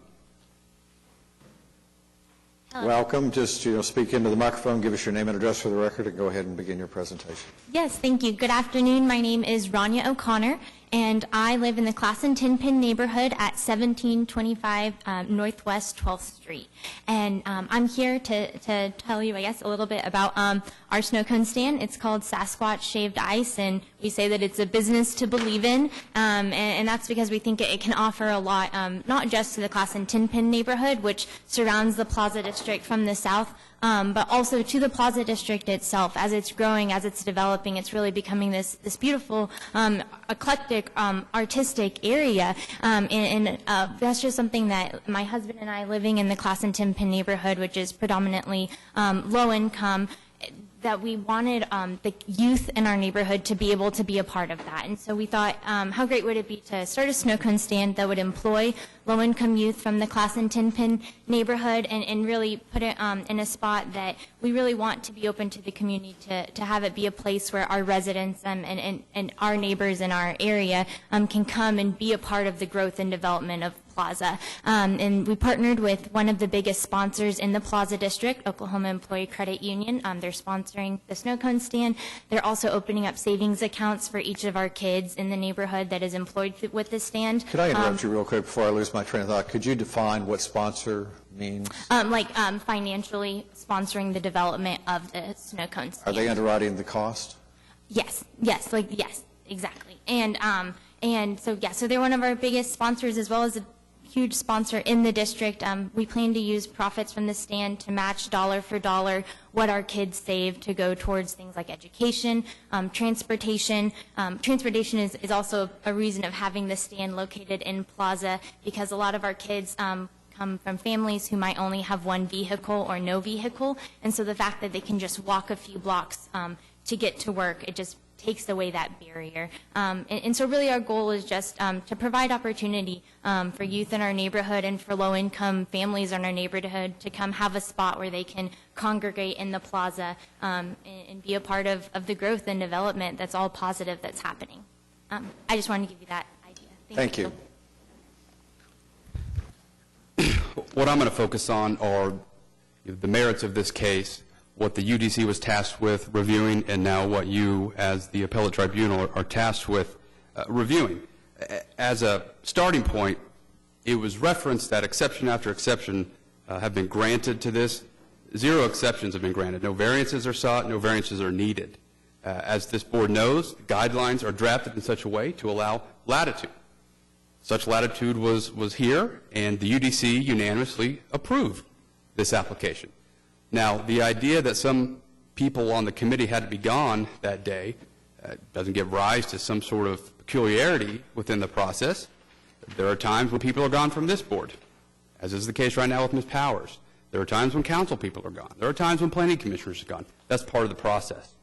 But to suggest that perhaps that some people recusing themselves or not being there left what the applicant here called a very green board time and time again, frankly, I think does a disservice to those folks who are volunteering their time to sit on the UDC, just like you all are volunteering your time to sit here. I think they listened to both sides, and in fact, what they did, instead of just granting this application carte blanche, what they carved out was a 2-year limit.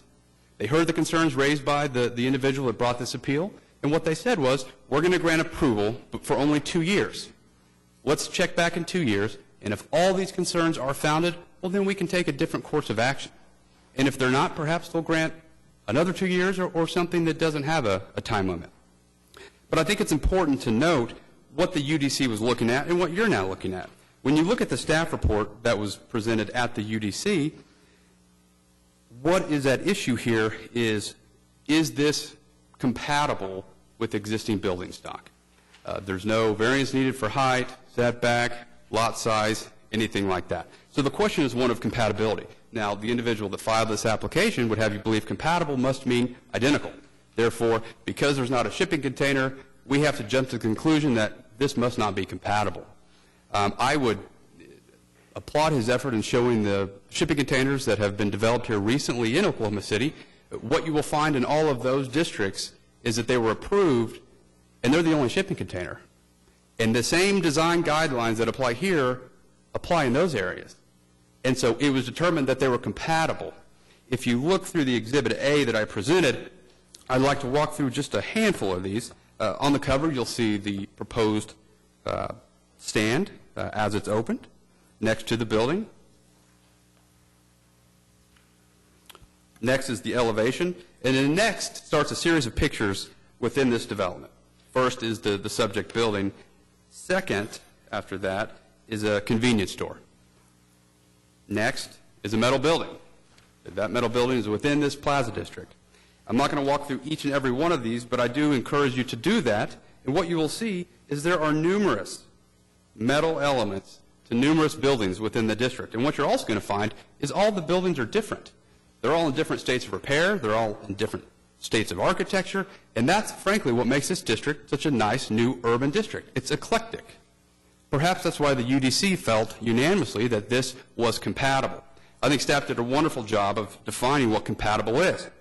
If you look at page 2 of their staff report, they define compatible: capable of existing or performing in harmonious, agreeable, congeal combination with another or others, or able to exist without trouble or conflict. So compatible doesn't mean identical. It can't. It has to mean, can it live together? Can it be harmonious? And I would submit, based on looking at the pictures, if anyone is familiar with the Plaza District, this is going to add to it. One of the other elements that the UDC and design districts are encouraged to follow is how do we activate the street life? You saw the wonderful pictures there of a band performing, other events happening here. Staff will tell you, and Ms. Lisa Chronister is here, and I'd like for her to address the board, since her staff did prepare the staff report. They believe that this is a wonderful addition because it will activate that street life. It will activate people walking around the Plaza District, and that is what the whole goal of the Plaza District is. You see restaurants, you see patios on the sidewalk. This will do nothing but further that. There's already 2 other similar dessert-type uses within the Plaza District. There's not a snow cone stand, so we think this is something that will work together and hopefully work with those things. I do think it's worth also looking at the Exhibit B that I handed out. There is widespread support for this. I believe there are multiple individuals here today, both stakeholders in the Plaza District, people who lease space within the Plaza District, as well as people who live within the area that are in support of this. There is some folks that are not in support. I would point out that all the red buildings within that Exhibit B are all owned by the same person. And what you see within the green is a series of other individuals.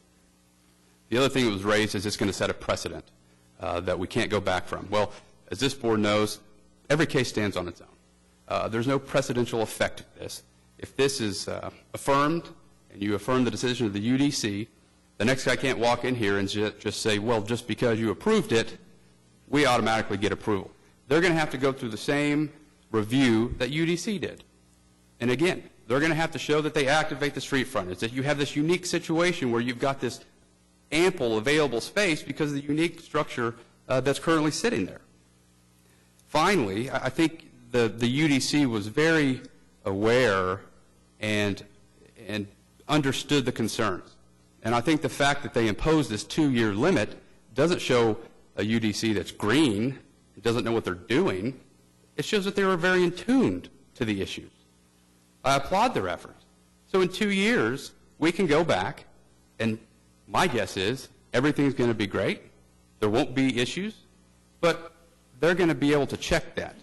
Unlike most variances that this board sees where they run in perpetuity, we actually have that stopgap. So I would implore you to affirm the decision of the UDC. I believe all guidelines are met, and that's why your professional staff recommends approval. They were very clear and concise in why they believe it was compatible. And I would ask Ms. Chronister at this point if she would not mind if the board would so hear her. Unless there are questions of me. What I'd like to do is just allow you to finish, let Lisa have a few minutes to speak, and then we'll begin to allow the other people that are in attendance to speak, and then we can always come back. Sure. I know we'll have questions. I have a quick question for Yes. you. In your comments, you've indicated that additional variances are not required.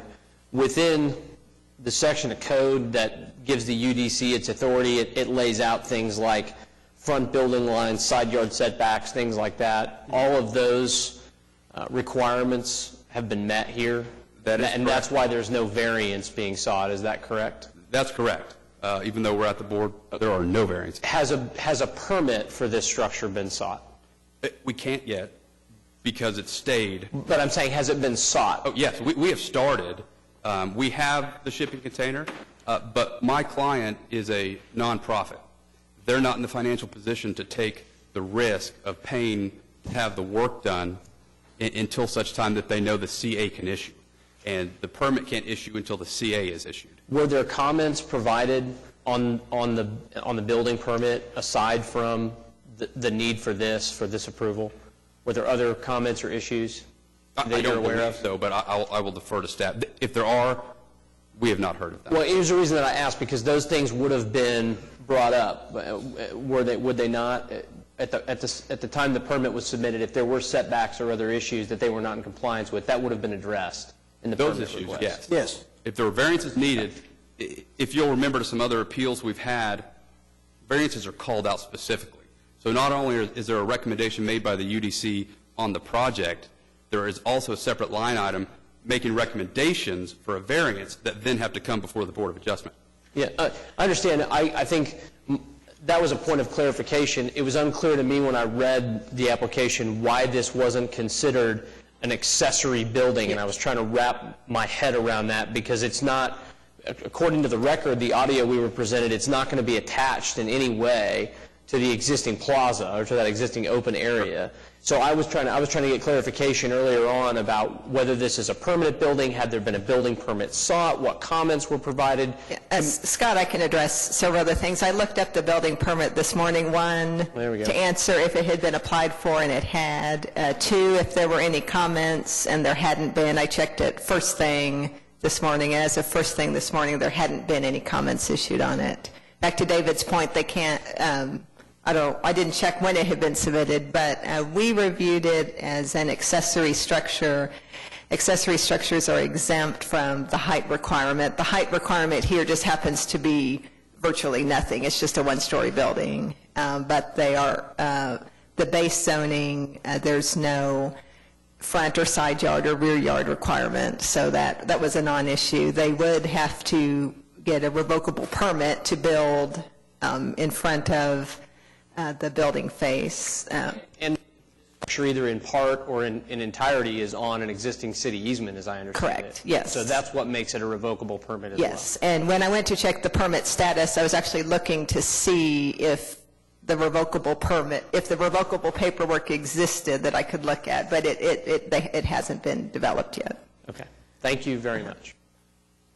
And if I could real quick address the revocable permit, based on the comment made by Ms. Lewis in another case, revocable permits are very common, and you see them oftentimes in an urban setting.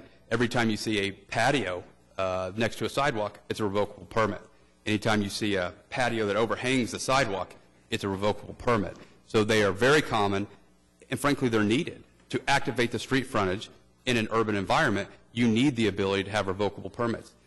The city works with applicants all the time to issue those, and we will have to work with the city and follow whatever requirements they may place on us. But I want to make sure the board understands that's not a unique concept. In fact, if you've walked or driven through the Plaza District, there are sidewalks with patios from different restaurants lining these streets. So it's a very common thing in an urban downtown, and especially in the Plaza District. In this regard, the 2-year period was picked for several reasons because of the length of the period of the revocable permit. Was there something regarding that 2-year period? I'm sorry. The 2-year period dealing with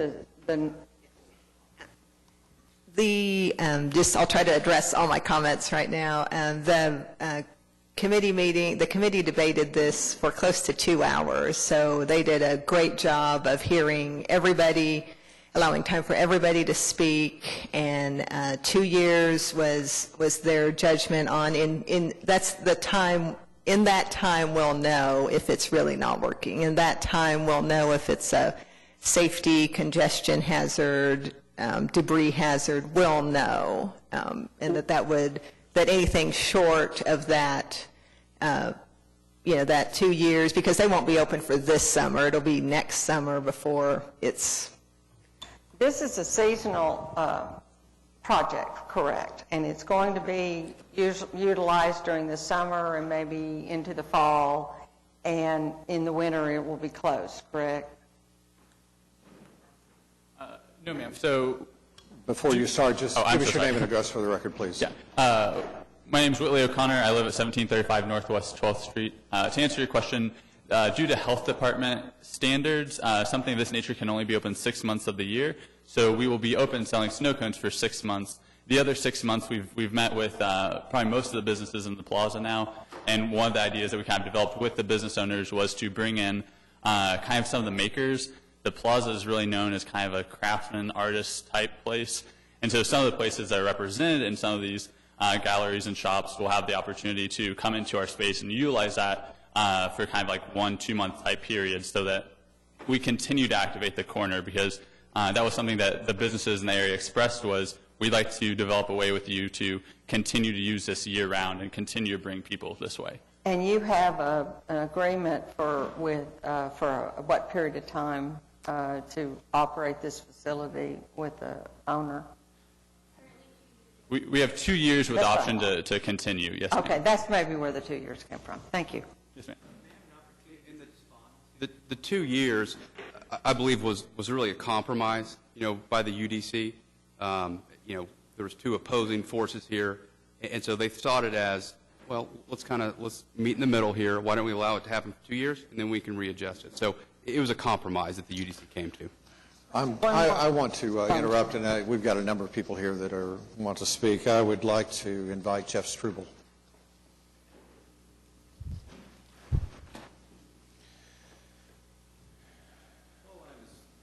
Hello, my name is Jeff Struble. I live at 1916 Northwest 18th Street. I'm a property owner in the Plaza District.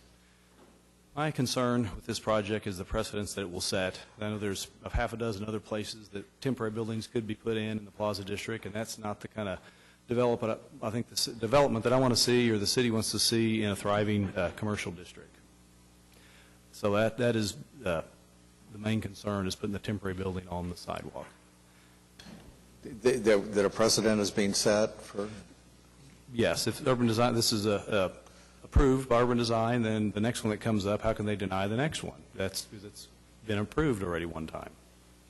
I think also I am an ex-urban design commissioner for about 9 years. The first of the year, I think about 4 commissioners fell off the committee. So I think that is a good point of the newer committee members and the 2 seasoned urban design commissioners were not there. So I think that a lot of passions and concerns about the business and stuff got looked at, but I think that the main building is what is need to be considered and not what's going in it. So that's where my concern comes from. It's not the use, it's not the desire to help the community and to serve the community and all those sort of things. It's simply to set a precedent for this particular use. For a temporary building being put there, and then what could happen on down the plaza. I know there's a lot of other property owners that would love to, rent their sidewalk out for a few $100s to have a temporary building there, and that's not the kind of development that I want to see in the Plaza District that I love and enjoy. Any questions for Mr. Struble before we? You said you're a stakeholder in terms of residents or business? No, I have properties in the own properties in the district. How many properties do you own in the district, just out of curiosity? More than a dozen. Okay. Thank you. Thank you very much. Next, I would call Kristen Vales. Welcome. Just give us, pull the microphone down so we can hear you. Give us your name and address for the record and tell us. Kristen Vales, 2228 Northwest 15th Street, Oklahoma City. I am a wife of a business owner at Tree and Leaf Clothing, which is across the street from this location. I'm also the former director of the Plaza District from 2008 to 2015. And I just want to say that my husband and I, Dusty, fully support the project. We're excited about the positive impact it can have on the neighborhood and really support the design. So we're supportive of it. And just on a personal level, as the person who, with volunteers, brought the chairs out, brought the music out, brought the bands out to the corner, I think this is a really great way to activate that space. I would have been very excited those years that I was there to have something permanently there so we could be activating other areas of the plaza. So I think this is a really great way to kind of move some of those programming activities to different areas of the district. So just my personal opinion, and I appreciate your time and consideration. Thank you very much. Next, Jessica Thompson.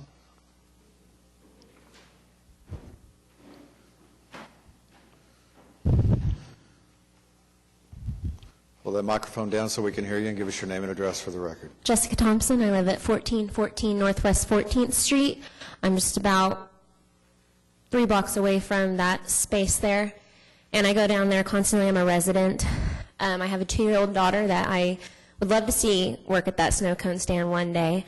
I think that the snow cone stand gives the area, to me it's a little overpriced for my income, but having like the snow cone there, $1.50 instead of paying $3 for a scoop of ice cream, or $4.50 or for a piece of pie. So I think this actually activates neighbors that are lower income to actually come to the Plaza District. I think because a lot of my neighbors don't go because they have no connection there. I think it gives them an opportunity to connect when you have the children that live in the neighborhood that can work there, and their parents come and visit them, their friends come, and when the Plaza District does have events there, it's once a month, and so that space is utilized once a month.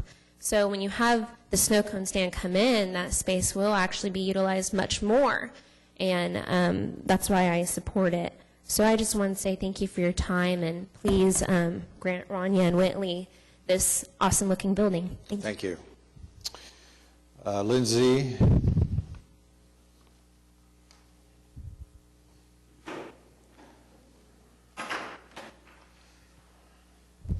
You know what to do. Give us your name and address. Got it.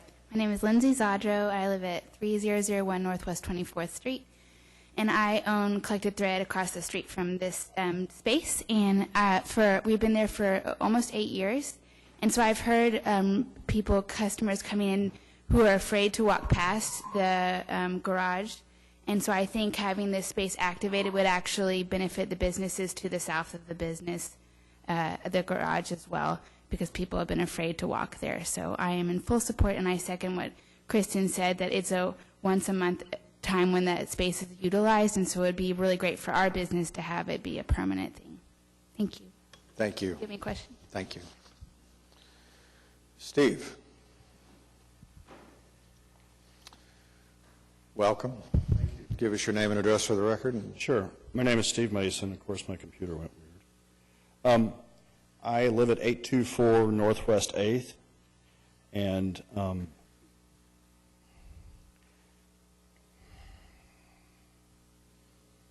sweet, it's back. I've redeveloped 28 historic buildings within our Metroplex, principally in Altville Alley over in the Plaza District. And in those buildings, I now have about 48 or 50 tenants.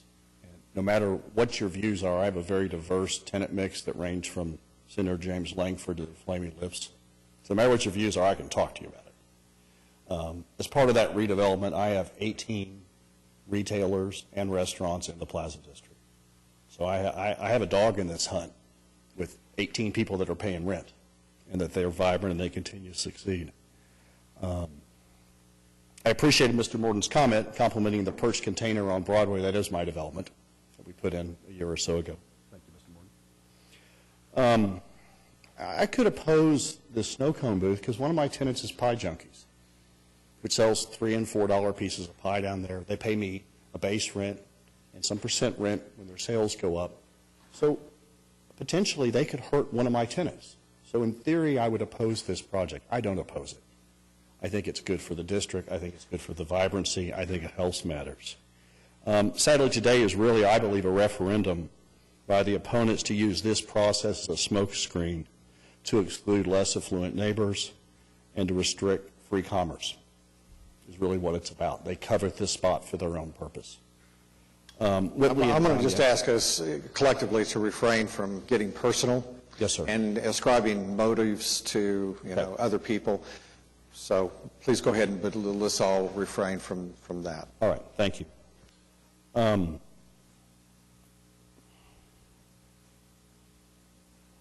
I would like to address some aspects of Mr. Morton's letter.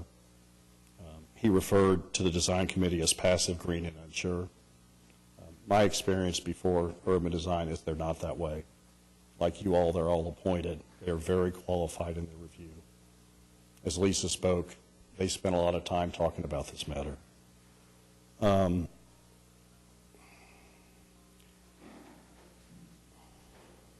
trying to change some of my comments for you right now. I understand Mr. Morton's criticisms on architectural reasons. but he's also expressed within his letter a concern about this area should be high-end and luxury, which is a noble desire, but if the desire is to have a welcoming community, which is what the Plaza District is, you've got to accept all types. And that is really what this is about. It's about an effort to continue with the diversity and the inclusiveness in this neighborhood. So I don't agree with those comments. And one of his comments verbally was they might not shop at his studio. I don't think as we approve projects, we should reject them because they may not come in and shop at our place. Some of these kids are going to work at the snow cone stand, will not shop with some of my tenants. It's not going to happen. But that's not a reason to say no to them being in the neighborhood. I think it's a good design. Stanley Garage is dead from the street. The corner is inactive. Aesthetically, I think this is pleasing. It improves the architecture of the community. It activates a corner which has been dead. You know, we have all this seating in the district, including at some of my restaurants, but it's fenced off, one, for able liquor reasons, and two, we just want paying customers sitting there. So we really don't have a place. We have some benches. But this is adding an infill public park, which I think is good for the neighborhood. I think it's very good. Whitley and Rania have worked hard on this, and I think as we want to be inclusive of the neighborhood, we want to welcome Class in Tenpin, and we want to provide jobs. I think it's a great project. Thank you. Thank you for your comments, sir. Jared Smith. Nice to see you guys again. Jared Smith, 1609 North Blackwelder. I live in one of Jeff Strubal's properties just south on Blackwelder. And I'm not going to speak to the opposition or being for the snow cone stand. I would say, though, with the decision to do the shipping container at our business on Western, there are some expenses that are involved when you're looking at trying to utilize an existing structure. So if they were to utilize the existing structure at Stanley's Garage there on the corner, there's a lot of unknowns there. And so I think what they're trying to do is look at the container as a known and be able to kind of start fresh from that. So I just wanted to kind of bring that to your attention in being a tenant in the Plaza District with a studio space that has done hundreds of events, and also discussing with you today a shipping container that I'm also trying to get approved. So yeah, the difference there is the unknowns of this pre-existing building versus this container, but neither staying out of the I appreciate that. Thank you, Jared. Mr. Morton. I believe the lady who was up here a little bit earlier, her name was Lisa, and I believe if you reread the minutes just prior to the vote in the urban design meeting, you will find, and I'm paraphrasing, that person noted that this did nothing to improve or enhance the existing property. Varied words. Is that my mic? It was also noted that I guess I'm only for high-end and luxury facilities. I live in the district. I've been there for 7 years, and I've frequented every business in it. For some people, for some reason, people seem to think that because I'm an art dealer and because the community that I serve may be niche, that I am something otherwise. My business is open 6 days a week down there to anyone willing to walk in the door. And that's knowing that I foot the bill for all of those people. If you want to go to the museum, you can pay $15 to $20. You can see whatever you want to see. My doors are open for free to everyone in the community, from vagrant to wealthy individual. Doesn't bother me. I want people to appreciate art, and I am well aware that only a small portion of them will be able to purchase it. That doesn't mean that I am only for high-end or luxury businesses. As far as the incentive that it has been suggested I have, I don't own that property.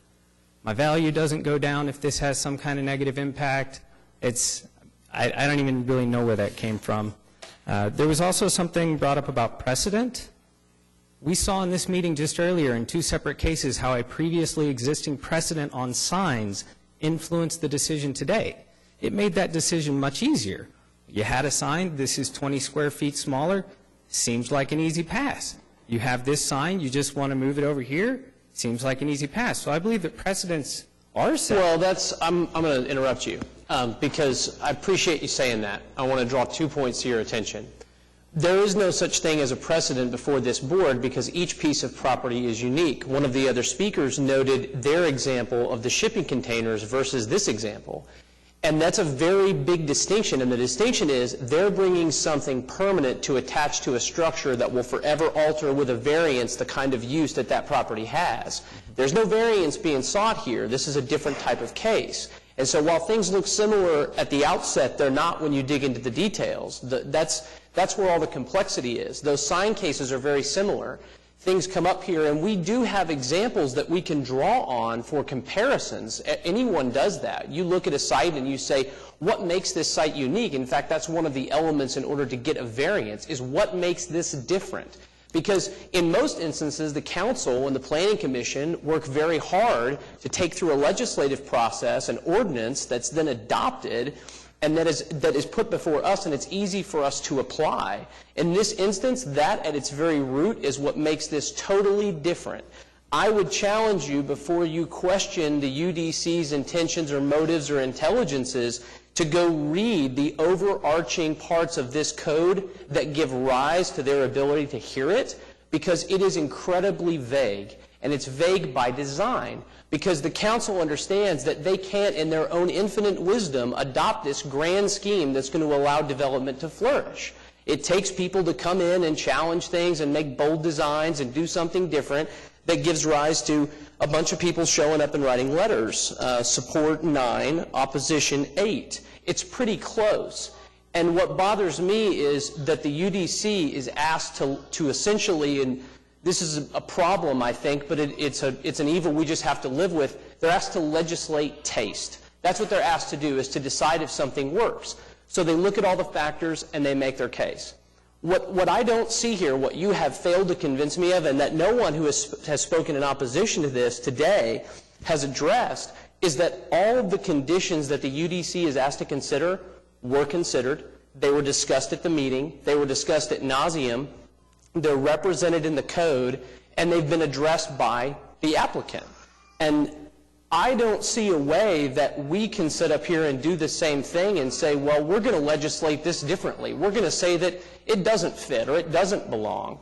We can listen to neighbors, we can listen to stakeholders, we can listen to business owners, and we can try and determine whether or not what they're saying is valid and makes sense, but we're in the same predicament. So even if it seems like maybe we know what we're doing any more than the UDC did, we don't. All we're doing is looking at the code and trying our best to apply it the way the city council mandated that we do. So don't criticize people because they see it differently than you. That was the point, okay? And I don't want you to think that, and I don't agree that this is a referendum and all this stuff about class and equality and all that. That's rigamaroo. If this is something that added an element and the UDC sought that, they voted for it, and they did. They approved it. So I guess my question to you is, what about their decision? What should we consider to overturn it? It's de novo. We get to look at all the facts again, but I'm curious from your vantage point, is there something specific to the code they reviewed that should give us the ability to overturn that decision? Can you tell me that? Well, I don't do this for a living, so I'm kind of out of my ballpark here, but I'll do my best. I found the meeting to be very, very ironic. I do believe that if that committee had been at full capacity, we would have seen something different come out of there than we did. That's my belief. But the word compatible came up, and it was, it's not the same. But here's what made that a very, very odd thing for me. In the case which came up just prior, it was about a building in Paseo. The word compatible was defined with incredible consistency as the same, down to tile accents, wood piers, scale requirements, and I understand that it is permanent. They're building it in, they're concreting it in, and to demolish that is different. It was also pointed out that at the meeting, the UDC meeting, that their ability to actually remove this once it goes into place is kind of up in the air. So the permanence of it as a 2-year thing is kind of really questionable to me. And I'm more of a black and white person. I don't really know, 2 years from now what one container is going to do perception-wise to the community, but I do believe that if this is allowed, the perception of 4 or 5 containers would have an impact versus the current perception of this really open, clean community with nothing but brick and mortar facilities, that more and more are being done with incredible development resource in a very, very serious manner. And I see this honestly as a shortcut, a convenient shortcut, because in the existing frontage on 16th, there are no 100 square foot spaces.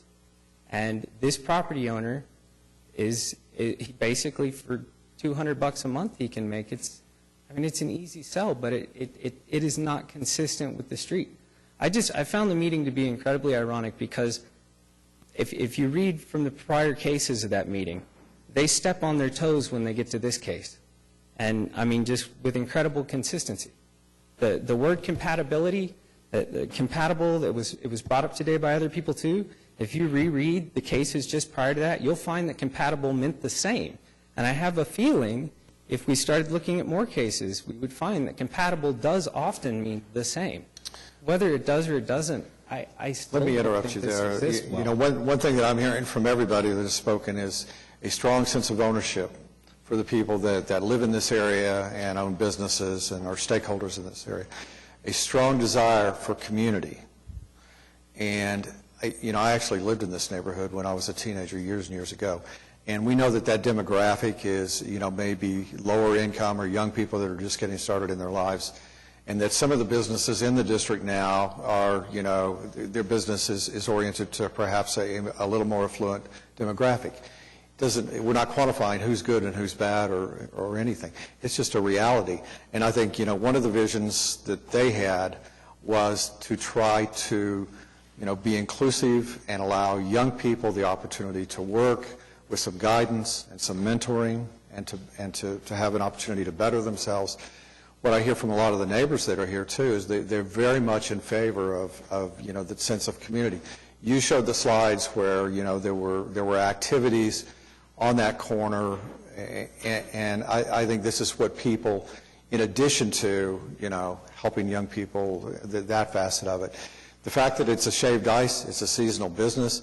It's I questioned whether, if you wanted to help young people and you wanted a seasonal business, whether to go to this extent to do it, maybe the most thoughtful way to do it, or whether there were other ways to work with the district and to create opportunities for young people and opportunities for community. I believe there are. But when we talk about compatibility, I think there's a strong sense of community there and a strong desire for people to gather. And for some of them that are just getting their life started and may not be able to buy $3 or $4 or $5 lattes, it gives them a place to gather with their friends and to have that sense of community. They gather on that corner now. And another thing that I considered is the fact, there's a 2-year time limit before everybody goes stop. I was not aware before Mr. O'Connor said, that the plans for the use of the container are for, shop owners or other stakeholders in the area to do small exhibits and things like that. Did I understand that correctly? So you're a seasonal business, you're 5 or 6 months of the year, you're going to do snow cones. The other thing that I thought about is you're going to be under, state health department. And I think, somebody brought up the point of Mr. Morton, there are no sanitary facilities.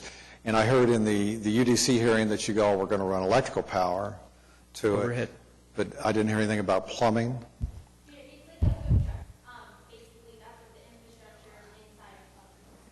We need to be careful about speaking away from the microphone. So there were things like that, but, Scott's point is that, we're not here to judge whether, that is a good idea, and my personal preferences aside.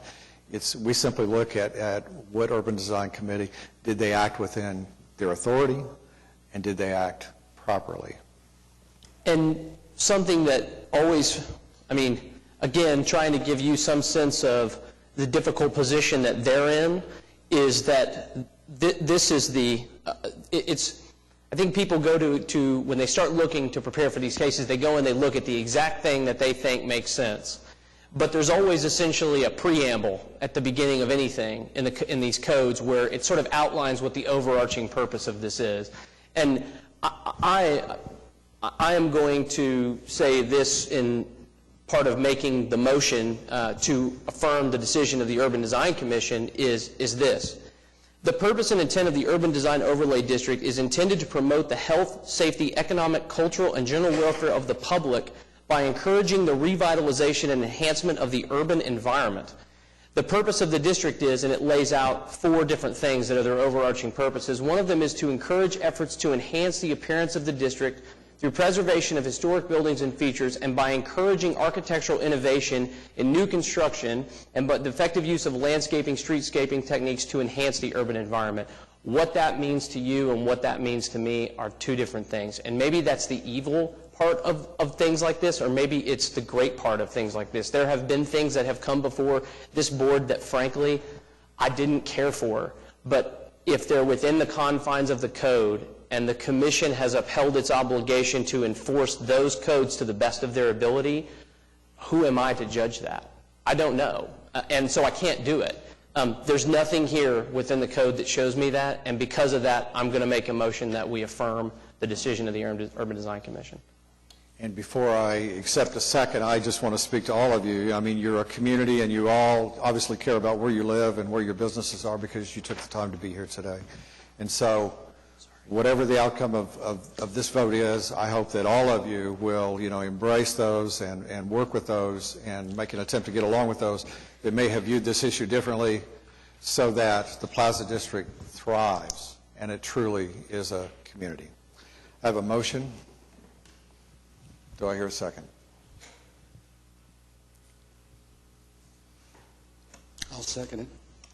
I have a motion and a second to deny your request, Mr. Morton, and to uphold the Urban Design Committee's issuance of a CA. Register your vote. Thank you for your time. Our next order of business is election of Board of Adjustment officers. Janice, before she left, requested that we continue this to the August 4th meeting, so I would entertain a motion if everybody concurs with that. Second. A motion and a second to move the election of officers to the next meeting. So done. If there's no other business, a motion to dismiss. Motion to adjourn. Second. A motion to adjourn. We are adjourned.